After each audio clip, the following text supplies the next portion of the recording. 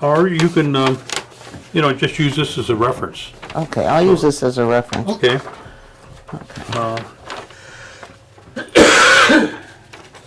Unless you want me to read it. If you want me to read it, I'll read it. Well, let's go just from your memory right now, and then if you get stuck, you can take a look at it. All right.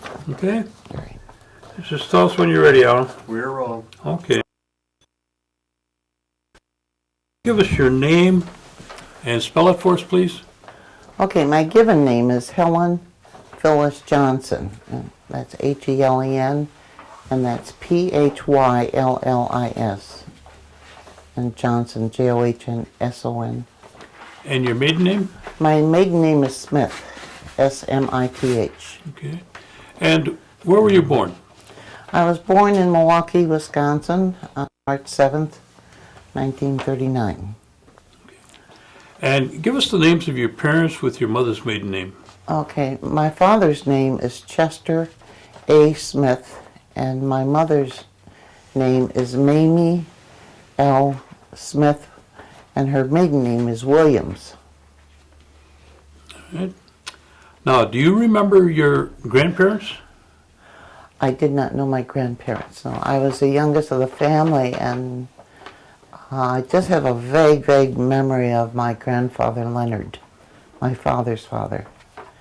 The others were gone by the time I was born. Okay. Now, did you have any brothers and sisters? Yes, I come from a family of 5 children. I have 2 brothers and 2 sisters. And you want to give us their names? The oldest one is Chester G. Smith, and then Dorothy Wainwright, and then there was another brother, Leonard C. Smith, and then a sister, Gladys S. Disney.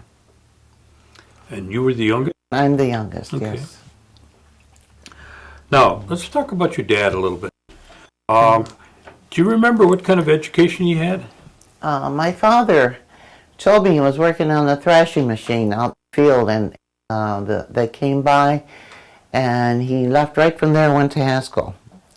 And he was in their engineering school down there. From what I understand, he stayed there and worked there for a while. And then I know he was in the Merchant Marines. He told me he went to Denmark, and then I think he worked then at Nash Motors in Milwaukee when he and my mother were first married. I see. Yeah. Do you remember about what time your parents got married? My parents were married, I think, in 1926, 27, something like I that. see. Yeah. And do you remember how many years that your dad was in the Merchant Marines? Did he ever say? I really don't know. I know that he had an anchor tattooed on his forearm. And as far as his service in the Merchant Marines, I really don't know. All I remember is that he said he went to Denmark. Okay. You know, he was in Denmark. Mhm. It must have been prior to World War I, I would imagine. I'm not really sure. Now, did your dad speak Oneida? My dad, he was a product of the government schools, and so he understood Oneida, but he didn't speak it. I see. He spoke a little bit here and there, you know, and but as far as I know, he understood it. Now, you say after he came back from the Merchant Marines, he went to Milwaukee? Yeah, I think when he was working in Milwaukee, and he and my mother had bought a new home, and then the Depression hit, and she said he just kept working until he came home one day, and he said, well, that was it. He was out there, you know, he was laid off. So they stayed at the house, and he couldn't find any more work. So he stayed at the house. They lived at the house until they couldn't stay there anymore, and they moved back to Oneida. So during the Depression years, they lived here in Oneida, near my grandfather, Leonard Smith. So I know my one brother was born here. Leonard was born here during the Depression years. Leonard Smith. Yeah. And then after the Depression, World War II started up, and he went back to Milwaukee, and he worked at Kearney and Trecker. He was a machinist, and so he worked in the machine shop at Kearney and Trecker until after the war. Again, he got laid off, and so he moved our family from Milwaukee back to Oneida. He purchased his father's place, the old homestead. It's been in our family for, I think, 4 or 5 generations now. So, so that's where I was about 7 at that time, and that's where I grew up in Oneida until, as a young adult, I went on a relocation to Chicago. Okay. Now, your mother, what kind of education did she have? My mother was a graduate of Haskell. She went to Haskell. She said her major was domestic arts and domestic science. I knew that she was a good seamstress and she was a good cook. And then after that, she worked in Milwaukee. I think she worked for, I thought she said, a Cadillac dealer. And but she went to Mrs. Brown's School of Business, and she was she said she typed 90 words a minute on those old Underwoods, and she was shorthand dictation. She worked as a secretary, and then well, then after she married, then she just started raising children. Okay. So. And did she speak Oneida? My mother was fluent in Oneida. Yes, she loved to speak Oneida. She, if anyone talked Oneida, she would always get them in a conversation, it seems. And she understood it and she spoke it, from what I understand, very well, you know. And I didn't understand it, or I didn't even get the drift of the conversation because, you know, we didn't learn it. But it seemed that they would always be enjoying themselves when they were speaking Oneida. I don't know what they were talking about, but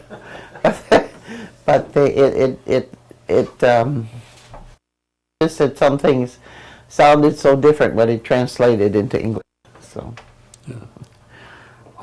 What church were your parents attending? Yeah, my father was.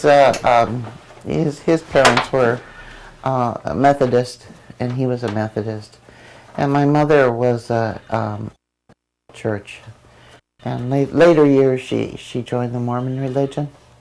I have one brother that joined the Mormon religion, and he lived out west and raised his entire family out there, and so they all belong to that. So, okay. When your parents moved back here, did your mother work outside the home then, or she? No, my mother never worked outside the home. She in the late 40s, she was an Oneida tribal secretary, and I think with Irene Moore and Julius Danforth, and I think Charlie Hill was, and who else was? I think Oscar Archiquette. I remember her talking with all those people. So she was a tribal secretary. I don't know for how many terms, if it was 1 or 2. Did your mother have, keep any kind of a diary or any kind of records from the time that she was working with the tribal government? I don't know. I really don't know. I was a youngster then. I have no idea, what happened. All I remember is that she had to go to meetings and she used to talk with people. Yeah. Did your parents ever talk to the kids, your brothers and sisters, about the tribal government or like the New York claim? I remember saying something about the New York. I don't know what it was. I think she discussed things with Irene and Oscar Archiquette, but so much of that was in Oneida language that I had no idea what they were talking about. But as far as I was concerned, I was, of course, in public schools here, and my what influences I had on me were strictly book learning, from public schools in this area. Okay. We were all bused to different schools. I was first. I went to the West Pier School, and then I went to Freedom High School. Okay. So, Tell me what a typical Sunday would have been like at home. well, Sunday was. As I grew up, I remember baseball was very popular in Oneida. They were all the young men played baseball, and my father, I think, always had something to do with coaching. At one time, he had a basketball team, and then he had he used to be involved with at least I know of keeping up the diamond up at Vandenberg's for their team, and that was always going on in the summertime. My mother was mostly at home, homemaker. Okay. We didn't, I can't say we went to church. We did when we were kids. When we were teenagers, we always went to the YPF and whatever was going on at any church. And what was YPF? Young People's Fellowship. And where was that at? I think, that's a Methodist church, or is that, Okay. Yeah. And what kind of activities did they provide for you? Oh, man, a long time ago.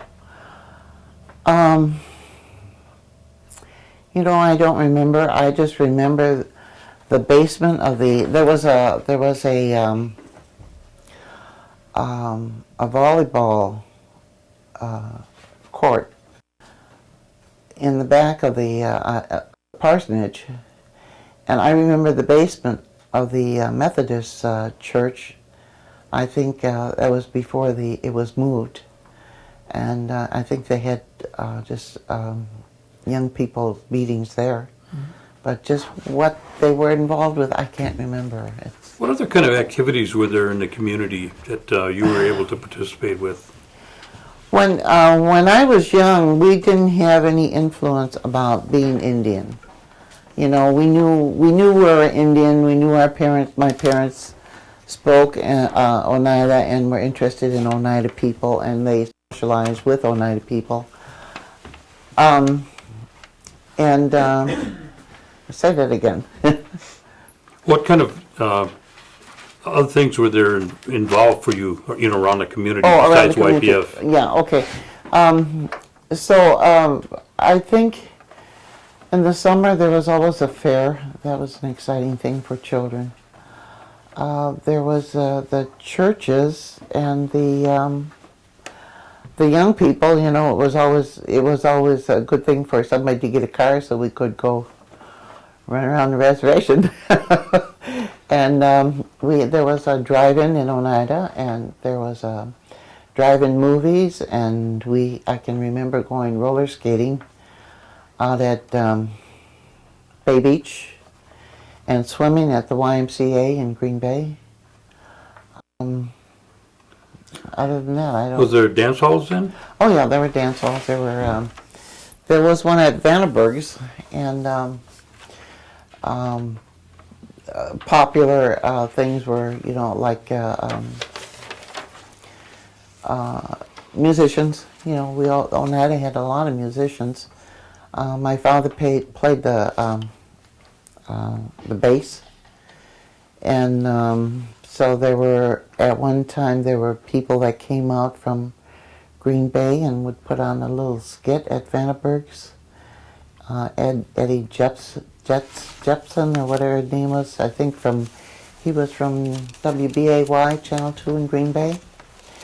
And they would have dances, and that was very popular. There was a dance hall at Vandenberg's. There was one in Oneida at Schuyler's, and I think there was one out at Pine Tree. I never went out there, but I knew there was one there. It was mostly just local things here for Saturday night,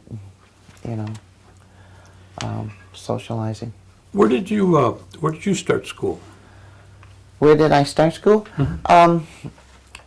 Well, actually, I started kindergarten in Milwaukee, and then when we moved here, I went to Silver Summit School on Freedom Road, and then I went to West Pier High School. What was Silver Summit like? It was a 2-room schoolhouse, and we had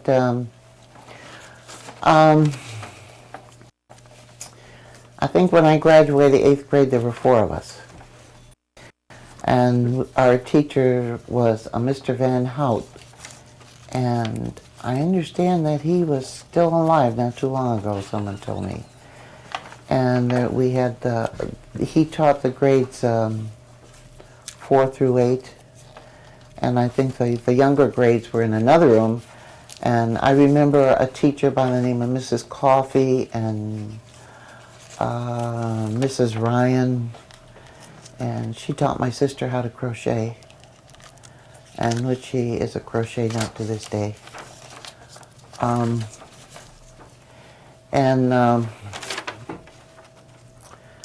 me see, there was a Mrs. Van Vunderen. These were all our teachers. How far did you have to walk to go to school? I don't know, I guess maybe not quite a mile. Oh, so you're pretty close then. Yeah, we were pretty close, yeah. So, I don't recall it as being anything tedious or anything like that, no. Now at home, did you have electricity and running water? When my father bought that old farmhouse, I think in 1944, I can remember water pouring through the roof, and we had kerosene lamps and a wood stove, and my mother had a wood stove to cook on in the kitchen. And but then, I don't know, they put in electricity, they put in the phones. We had I don't know, 2-party phone system. You know, our ring was 2 longs and a short. I remember that. And so if somebody else wasn't using it, then you can use it. And that was our telephone system. I can remember I was 14. My father bought our first television set. And so that was, prior to that, it was that they used to, I can remember them going to Vandenberg's and saying, oh, they had good reception last night. And it would be the snow on the television and on the television set over there.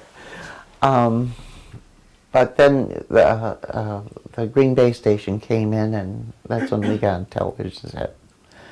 So prior to that, I guess everything was just a radio. Now, what would happen if somebody got sick at home? Did you have home remedies or medicines that you used? My mother was more or less that, and I don't think she ever taught us anything. I don't recall anybody having any, other than maybe the flu, bad colds. I don't recall anybody having any kind of, real serious illnesses. My father was a very healthy man, and I guess we were too. We didn't have anything like that, anything that we had to deal with like that. Remedies, I don't know. I can't. Okay. I can't say. Holidays now. What holidays come to mind to you? Well, Christmas, I guess, when I was a kid. Thanksgiving was always a meal by my mother, and the 4th of July was always something going on in Oneida. Mostly those were family holidays that there was something was going on, a ball game, or in Christmas time, we always got a gift of some. We always had some little tree, and Thanksgiving, my mother always cooked a meal. So those were the ones that I mostly remembered. Did you ever go Hoyani? Yes, we did. Yeah, we did when I guess when we were in grade school. I can remember my mother making a big dishpan full of donuts, homemade donuts, Hoyan. So, and we went, but you don't get very far in the country, so, but we went down the road, a bunch of kids from school. So. Did your dad have any livestock at home? When we first moved there, my dad had we had a team of horses, they were Babe and Dolly, and then he brought them in Freedom. And we had a cow, and we had some calves, and I can remember we had some pigs down there, and I can remember them butchering pigs. And my mother had chickens, he raised corn, and my father was a hard worker. He worked all day, and then he'd go out in the field and work until it got dark doing his farming. So we had chickens, and we had ducks, and we had a pet rabbit, and there was a cat and a dog, and all that. What about the white corn? Did you use a lot of white corn? My mother made really good corn soup. My father raised it, and we had a corn crib, and he raised field corn too. So they have corn in there, and he always was husking Indian corn and shelling it. And he used to have a big bin that he would keep the shell corn in, and he would sell it, and we would use it and keep some for seed the next year. And he always had Indian corn. What was your primary responsibility at home? I think mostly help my mother. My mother was mostly a cook, and I used to work outside a lot with my dad. We was always working on a tractor or out in the field doing something. I worked a lot outside with my dad. He always needs somebody to run get this or help him with that or hold that or, So that's mostly what I did when I was growing up. Now, you went to Elm Hill, is it? No, Silver Summit. Silver Summit, I'm sorry. Yeah.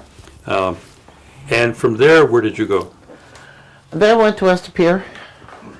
And golly, the young people out here were split and going, we're not really know a lot of the young people that throughout the Oneida community, because some of them were going to West Pier, some were going to Freedom, some were going to East Pier, some were going to Seymour and Junior Washington, and so our community was really split up as far as the school districts were concerned.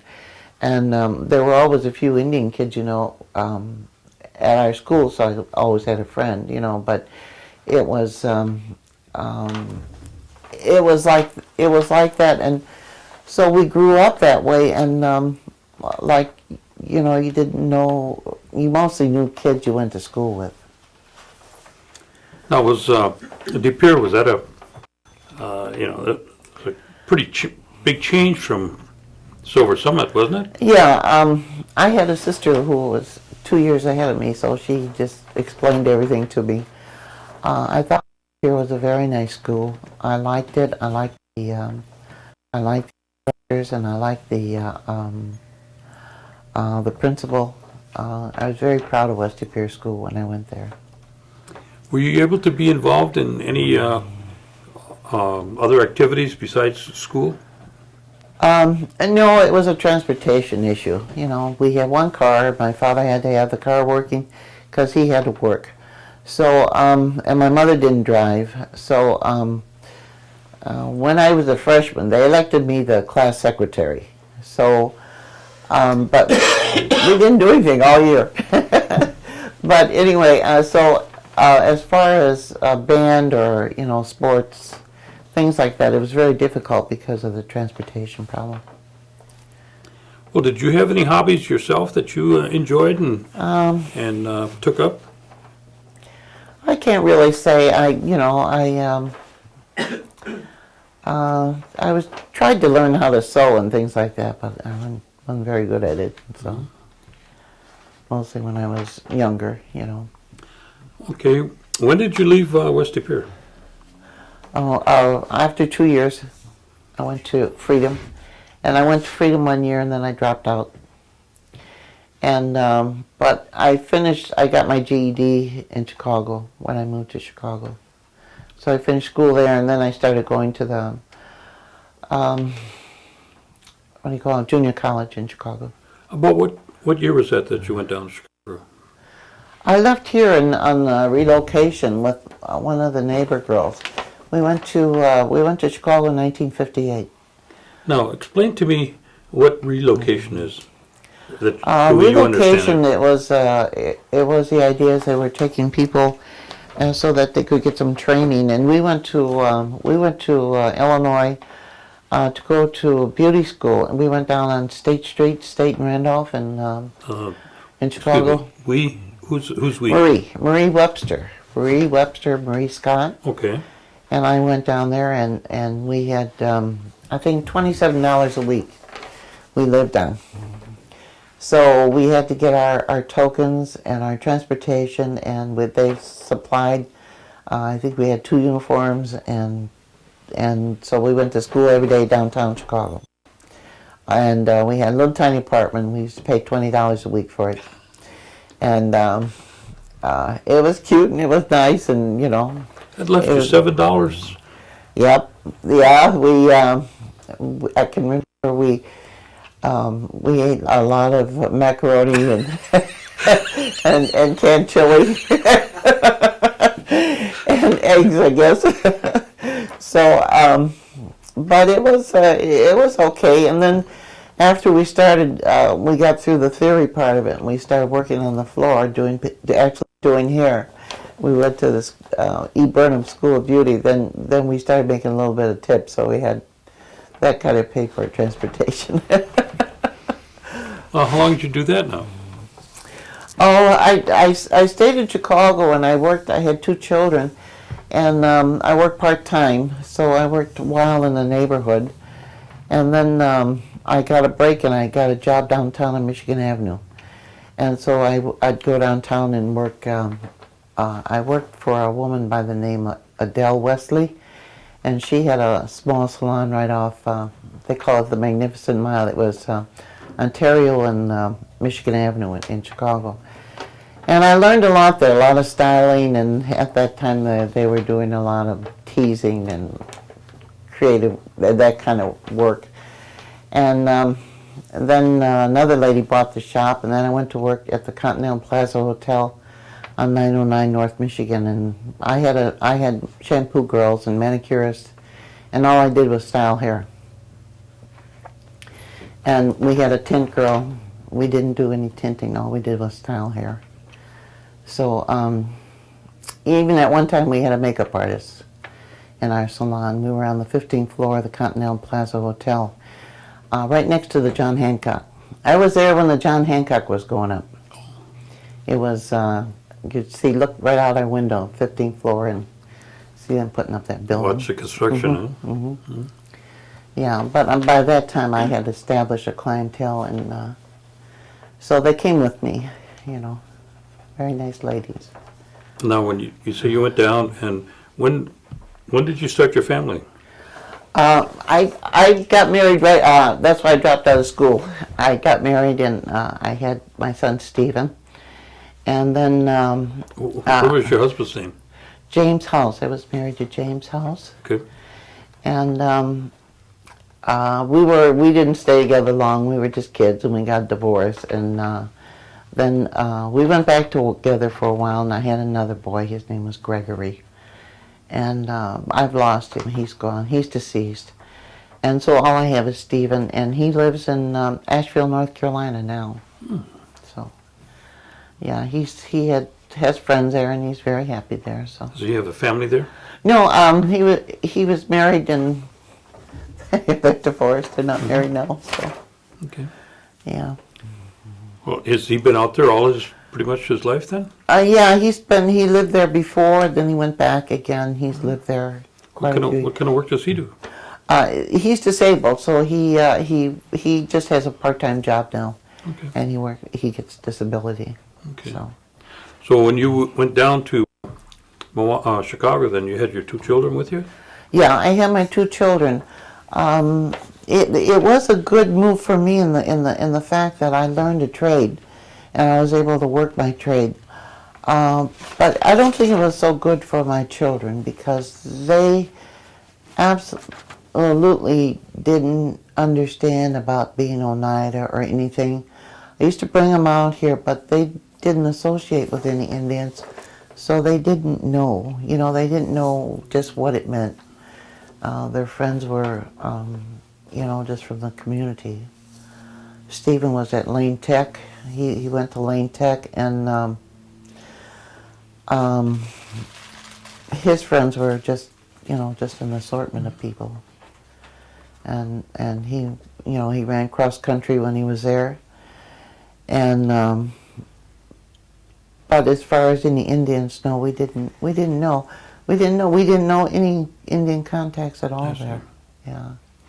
Now, It was very hard for them, I think. I see. Now you say you were at the salon, and then you moved. Did you move you open up your own business center? No. I got married again. I married Harvey Johnson. He was a man I had met in Chicago, and we were married in '67, and then he died in 1979. So I stayed there another 10 years. I worked there. By that time, I had quit doing hair, and I was doing office work because I had gone to school, and I wanted to do more business work, And then I went to work for after he died. I went to work for a wine distributor in Lincolnwood, and that was a fun job. It was a beer and wine distributor. It was a family-owned business, Louis Glunz Incorporated, and I worked there 7.5 years. Then I moved back to Oneida. While you were there, did you do office work for them? Pardon? Did you do office work for them? Yeah, I worked. I handled their accounts receivables. Accounts receivables for the wine. With a delivery of alcohol, their terms were net 30 days, so we had to have payment. So when the drivers went out on a delivery, they had to collect money. So that's how it worked, And it was keeping the bills paid. It was a state law that they had net 30 days. Like the beer drivers, they was just on delivery. They had to pay on delivery, the beer drivers for Louis Glunz. So it was very nice family I worked for. Very religious family, very nice people. Now, what year did you leave them? I think 1981, I think. No, wait a minute. 1987, I think. Let's see. Now, during all these years in Chicago, you'd come back and forth to the reservation. Yeah, I always came back and see my parents, and and on holidays, if I could get a few days off, I'd always come back because my brother lived here, and we had a place to go, and I had my aunt Ellen and other people that family that I wanted to see. And that was 87. You say you moved back? 89, actually in 89. 89.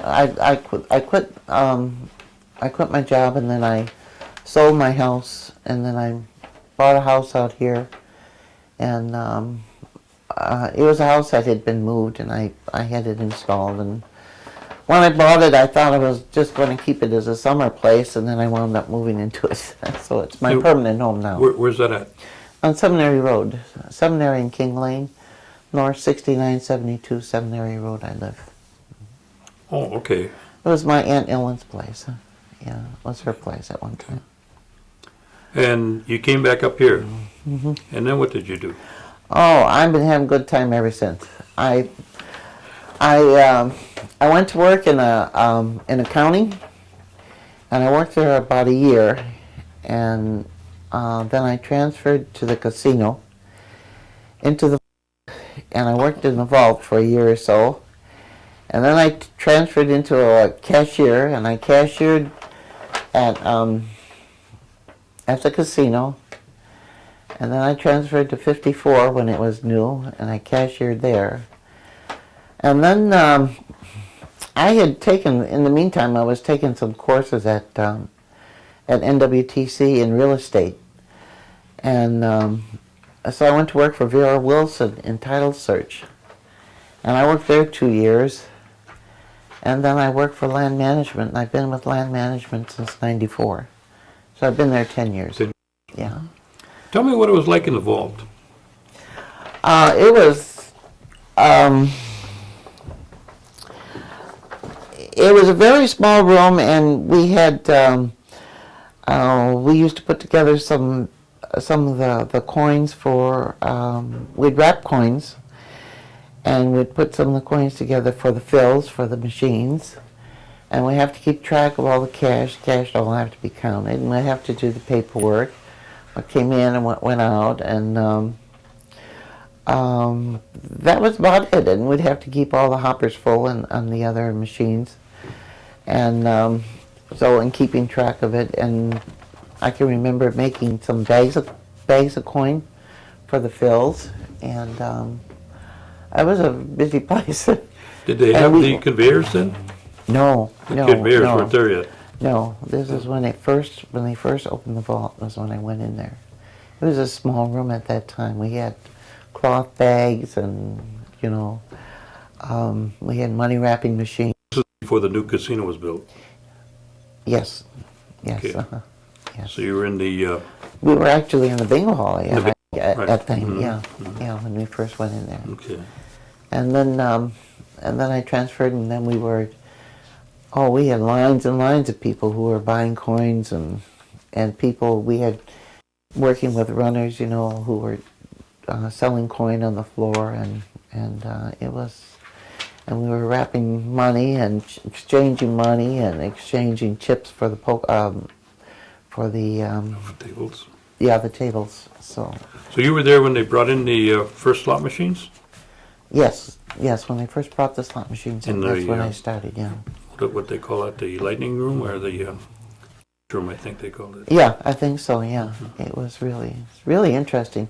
Then I went. Then I went to work from '54. I went to work for Vera, and then at Land Management I'm at now. And what's your job at Land Management? I'm a loan officer. I have I'm really proud of the way Oneida has come up with. I was interested in. What I was interested in is what happened to our reservation, what happened to our land. I knew that I heard things about land claims, and I heard things about Oneida land, and I didn't know what it was, and I heard things about allotments. I didn't understand what that was. So I wanted to know what those things were and what they meant and what happened. So I wanted to be involved with the land. And when I went into title search and I did the title work and searching the properties, finding out what happened to the properties, and then from there I was hired as a loan officer, and the tribe was at that time buying dream homes, and they would buy an existing property within existing home within the boundaries of the Oneida tribe, and they would keep the land and resell the house to the tribal member, and then they were buying land, and we had people who were selling homes and buying other homes, and they're exchanging and this and that, and they're borrowing money to build a home. So I'm really proud of the Oneidas, what they have done, that they have invested in these in land and making homes for the people. That once a family is in a home, then they can get on with their lives. They can get their children in school. They can get a job. They can continue on with their livelihood. And I guess I'm really proud of that. What's your opinion of the casino? Well, I think the good Lord has blessed us, because when I think of all the businesses that could be on Indian reservations are remote locations. And the only thing that could bring money out there is casinos. I can't see anything else other than maybe mining on the big reservations for the Navajo, but I think that it was something that we really, really needed, and it sparked all this economic development, social development, educational education, and it has just strengthened our community, and I'm really proud of the Oneidas, the way that they're using that money. I think that I think that the way the General Tribal Council is allocating money for needs, and I think they got it targeted in all the right places. I really believe that. And what's your opinion on the per capita payment? Well, I think that's really good. I guess I feel bad for people who have a tax ramification, or their benefits of any kind if it affects it, if it affects them detrimentally. But I think that it's a good thing. I think it's really a good thing. I like it because there are a lot of Oneidas who don't live here and don't have the benefits of us who do live here.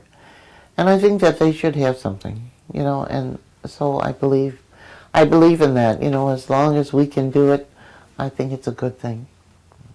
Do you have any theories or ideas that the tribe might consider for the people that have the effect of these taxes, on their per capita? Is there any other way that might be to offset that? Have you ever thought about that? The only thing that I could think of would be like, maybe if it was put in a 401k, this is a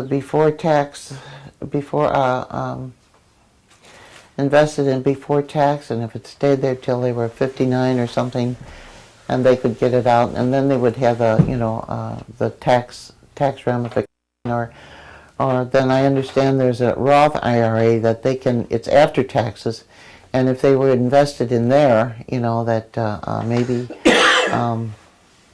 I don't know, deferred payment or something like that, if the tribe just kept it as an investment and gave it out as a deferred payment, I guess, later on at the time of their life when they're, when it doesn't affect them. Okay, what about the programs that they have set up for the elders? What's your view on that? Well, I've heard so much good and bad, but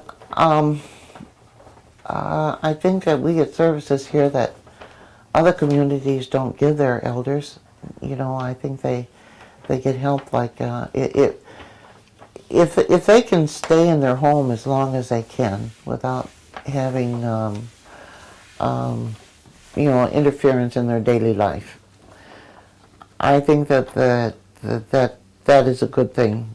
And if their homes are, they need a driveway shoveled or plowed or miscellaneous things around the home that an elder cannot do, I think that's a good thing.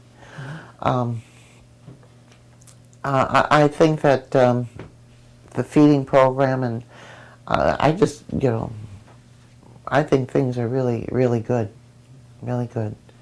I think they've been well thought out, and I think there's always going to be something that isn't covered, but at the same time, overall, I think the programs are pretty good. What kind of a recommendation would you give to the youth that are coming behind us? I think the most important thing that they can do is look at their education. Try to stay in education as long as they can.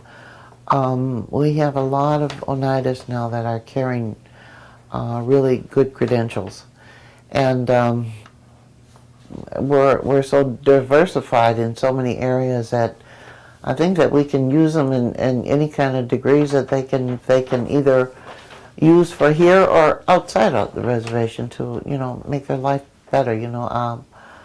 I think that's the best thing that they can do. Okay.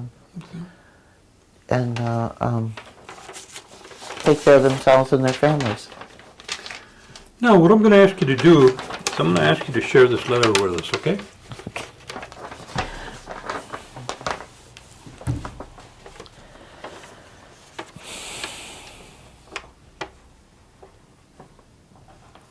Why don't you just read it? Yeah, Oh, just read okay. it to us, yeah. I'm reading it to myself. It says, "How do you do? My name is Phyllis Johnson, and I am employed by the United Tribe as a loan officer for the Division of Land Management. I was born in Milwaukee, Wisconsin on March 7, 1939.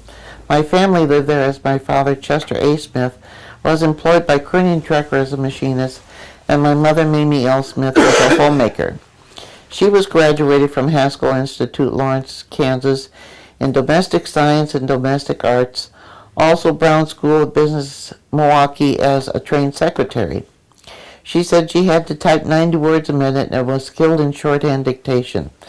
My mother was the Oneida Tribal Secretary in the late 1940s. My father, also a graduate of Haskell Engineering School, and had served in the Merchant Marines. He said that he had been to Denmark. My maternal grandparents were Peter and Louise Williams, who had an allotment on the Oneida Indian Reservation. My mother, Mamie, was a sister to Joseph, Edward, Ellen, Louis, and Eunice Williams that I know. Eddie Williams was a well-known person, as he had played baseball with the New York Giants in the early 1900s in left field position. My fraternal grandparents were Leonard and Olive Smith, and they also had an allotment on the Oneida Indian Reservation. My father, Chester A., was a brother to Milton, Mary, Eliza, Nora, and William Smith, to my memory. My grandfather, Leonard, was a prosperous farmer, and I understand he owned the first thrashing machine and had a 1925 Willis Knight touring car that was quite sporty. My fraternal great-grandfather was Peter Smith, who also had an allotment where my brother Chester G. Smith currently lives on Freedom Road. My father, Chester A., purchased this homestead after World War II and moved the family from Milwaukee to Oneida. He was employed by Hudson Sharp Corporation of Green Bay until his retirement. I have two sons, Stephen and Gregory House. Gregory is deceased, and my son Stephen lives in Asheville, North Carolina, for the past 10 years. I am the youngest of 5 children. I have 2 brothers and 2 sisters.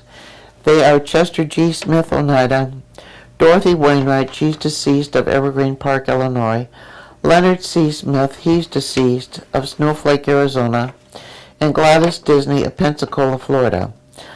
I have 11 nieces and nephews, and I am proud of all of them. Dorothy's children are Duncan Wainwright, Kenny Wainwright, Richard Wainwright, and Laura Casey. Leonard's children are Dave Smith, Joanne Baker, Peter Smith, Dan Smith, Lenann Call, and Frank Smith. Gladys has a daughter, Diana Galley. In my family, we have a doctor, a lawyer, FBI agent, teachers, a principal, a nurse, business administration, 22 years in military service, a physical therapist, and a beautician. I left Oneida in 1958 on Indian Vocation Program to attend beauty school in Chicago, Illinois. There was no reciprocity for my license, so I stayed. No reciprocity with Wisconsin for my license, so I stayed in Chicago. I worked on Michigan Avenue, the Magnificent Mile, till I married Harvey Johnson in 1967, and he died in 1979. I moved to Oneida in 1989.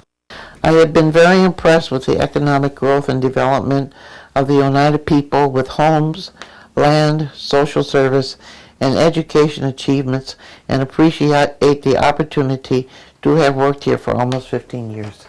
Very good. Very good. Anything else you want to add? No, I just, I wrote this because I don't speak well in front of people, but I feel comfortable here. Well, I think you did pretty good. Okay. All right. Okay, well, we want to thank you for taking the time and sharing this with us. Okay. And, Okay. okay. Yeah, All you're right, now welcome. they're gonna dismantle you here.